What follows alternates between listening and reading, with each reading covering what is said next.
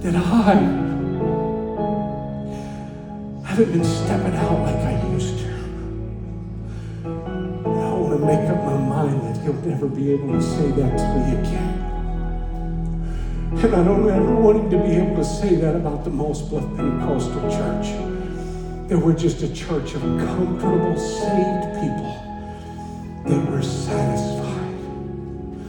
We've got to figure out a way. How do we go to 2 services? Brother Pugh, that's a lot of work. All of our musicians just went, oh. That's a lot of work.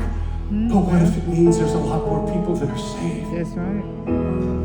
How do we find the money to bust out all of these walls and take this from 400, pull the pews out, put in chairs to go to 550 and then go to 650 and 700? How do we do that? Where's that going to come from? I don't know yet. Be upstairs. But one thing I do know is that we've got to figure out a way to do something about people that are lost in our community.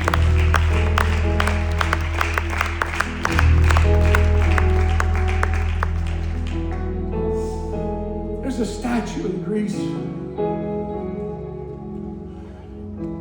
It's called the Statue of Opportunity. And on one side, this man has hair and it's flowing out. And on the other side, he's bald.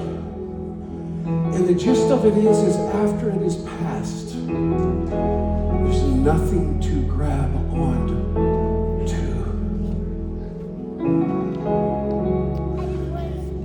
We've got to understand that we cannot let our moment pass.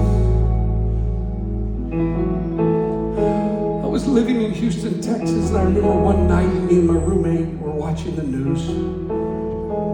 And it was just like any other news cycle. And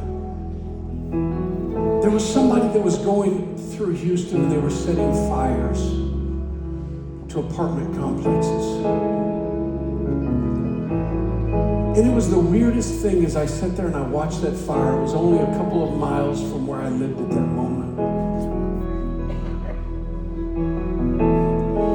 And I watched that fire. And there was something weird about this. I felt connected to it and I never, ever, what is going on? I remember just sitting there and watching. I can still see those flames and that fire just burning in my mind's eye. I never could forget it. I talked about the people that died in that fire. It was a few weeks later, I went home for Christmas and I'm walking through Dillard's and I ran into Michael. Me and Michael, and we had lots of fun together in high school. Michael looked at me as we were talking about old times, life, and he looked at me and he said, "Did you hear about Jai?" Jai was our defensive tackle on a team that went to state in 6A football. Jai was not real tall, but he was powerful man. We would eat lunch together. We would have fun. We did all kinds of stuff. We had a big group of people. We were always... I said, "No, I haven't heard about Jai." He says, "Well, Jai's been living in Houston." I said, "Oh, me too. Maybe we can hook up." And he said, "No." He said, "Somebody's been going around and lighting fires in apartment complexes all over Houston. And Jai's apartment caught on fire. Oh, no. And he died in those flames."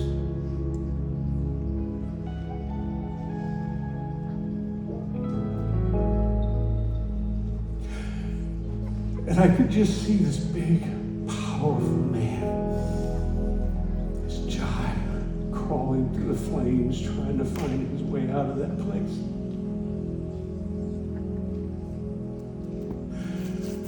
And then I began to think about all the times that me and Jai spent together. And never once did I even attempt to tell Jai about Jesus. Not once.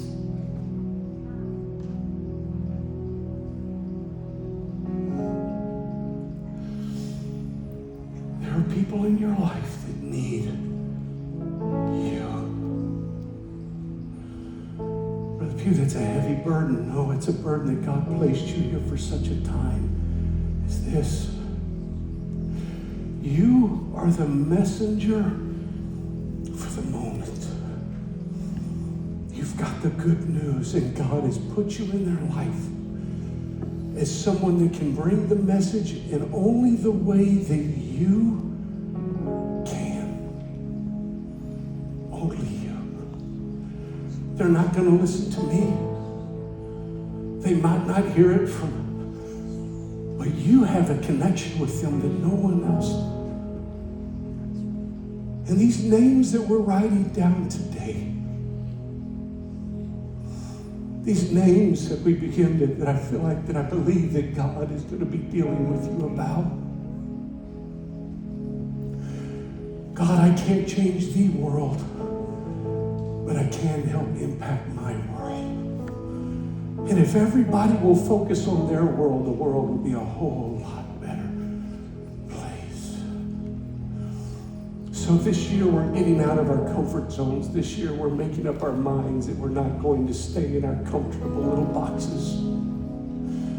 But we're getting out of our comfort zones and we're saying, God, if you can use anybody, use me.